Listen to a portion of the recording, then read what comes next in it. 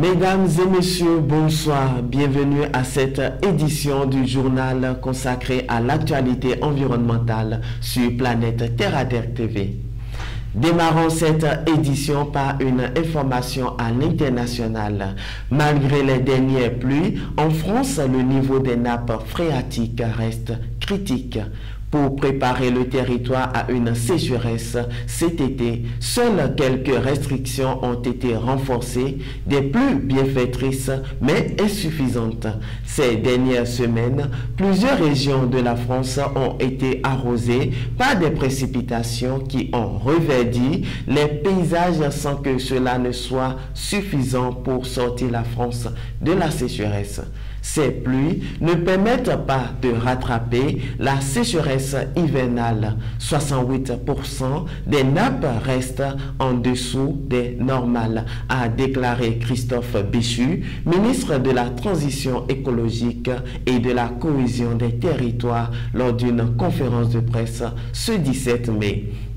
Si la situation s'est légèrement améliorée par rapport au mois de mars où 80% des nappes étaient sous la normale, l'ensemble des régions de France subiront une sécheresse estivale.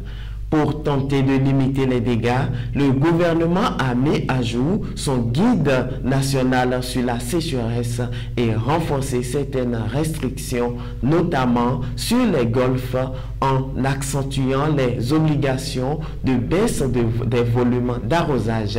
Mais aucune interdiction totale n'est au programme.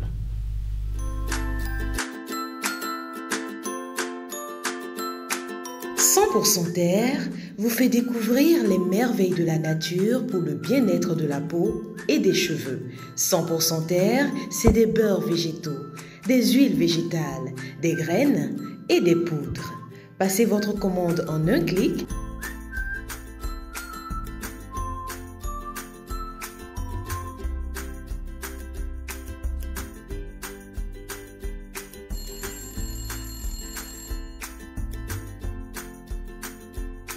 100% Terre, le bonheur est dans la nature. 100% Terre, un produit de Terre à Terre Bénin. » Dans la ville de Cotonou, l'accès à l'eau potable représente un véritable casse-tête pour la plupart des ménages.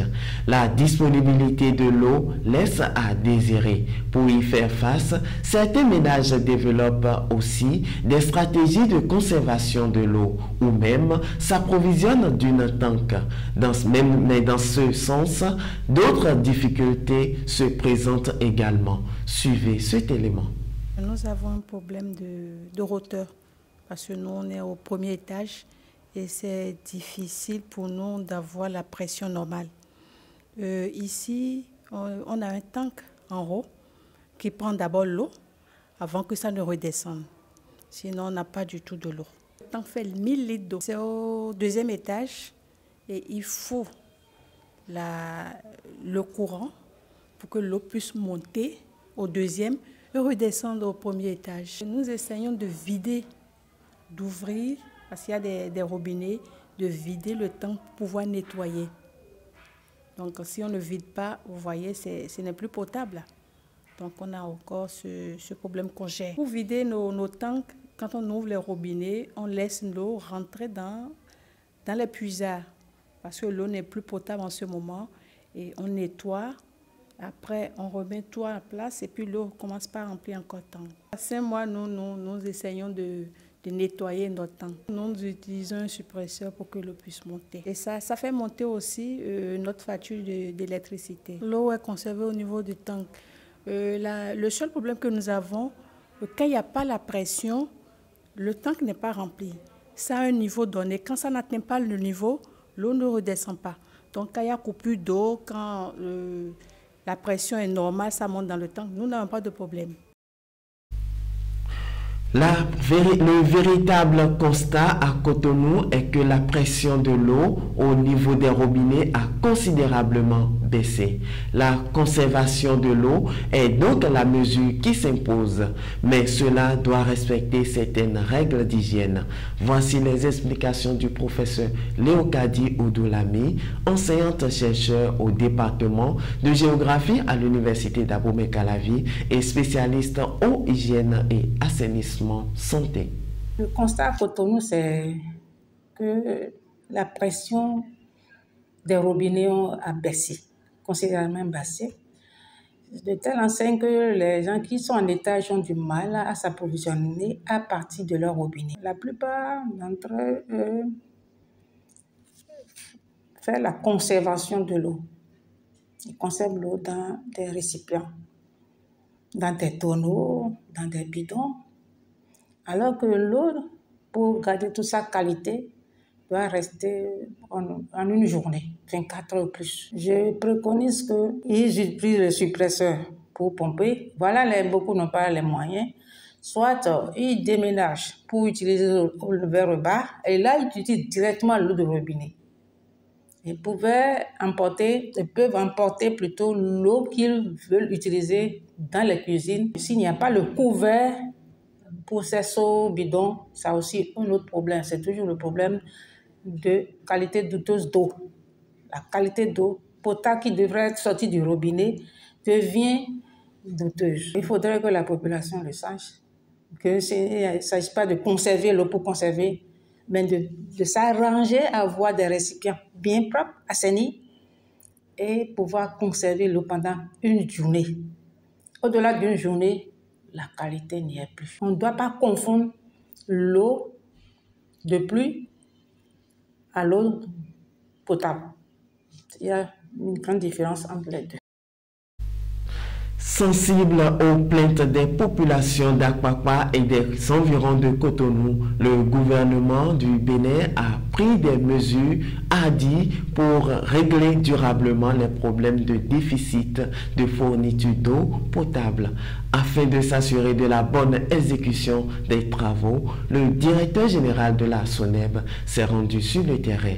Il récapitule l'ensemble des actions engagées par le gouvernement pour satisfaire les populations dans le secteur de l'eau. Les causes premières, c'est le déficit de production. Les autres causes sont en dehors des déficits de production, des travaux qui ont occasionné pas mal de gênes au niveau des conduites. La première cause, nous sommes en train de la corriger.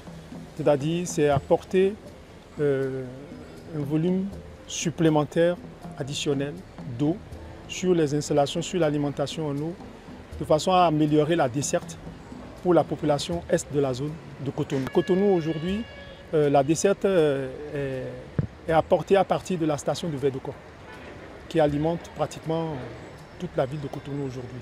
Donc la solution la plus simple aujourd'hui, c'est d'apporter de l'eau de Porto Novo, de façon à alimenter la partie est de Cotonou à partir de Porto Novo. C'est ça qui justifie les forages que nous sommes en train de faire et en mesure d'urgence, sur instruction du gouvernement. Nous sommes allés sur le terrain aujourd'hui pour voir dans quelles conditions, à quel rythme ces forages-là s'exécutent. Nous devons apporter 400 mètres cubes heure de débit supplémentaire à Cotonou, à la partie est, c'est ce que nous sommes en train de faire. Et à partir des champs de captage que nous avons vus tout à l'heure à Djara, on va transporter l'eau de ces champs de captage en passant par Sémé jusqu'à Akwakwa, avec la construction d'une nouvelle station à Sémé et à l'alimentation du château d'eau de PK10 pour pouvoir augmenter la capacité de production pour cette zone et soulager les populations à très court terme. Les équipements sont en train d'être renouvelés. Il y a des équipements neufs qui s'installent et nous pensons que le petit Bénin sera peut-être le tout premier pays à atteindre effectivement la desserte universelle, bien avant le thème fixé par les Nations Unies qui est 2030. On va se donner rendez-vous 2024-2025. Mesdames et messieurs, nous sommes à la fin de cette session d'information consacrée à l'actualité environnementale au Bénin et dans le monde. Mais restez en compagnie de nos programmes qui vous engagent à la protection de notre terre sur notre chaîne Planète Terre à Terre Bénin sur YouTube et Facebook et www.planetterreaterretv.bj, notre web TV. N'oubliez surtout pas de vous abonner, d'aimer et de partager nos vidéos. Contactez-nous également pour la couverture médiatique de toutes vos activités liées à l'environnement. Moi, je souhaite bonne fête à toute la communauté chrétienne. Protégez l'environnement parce que l'environnement, c'est vous.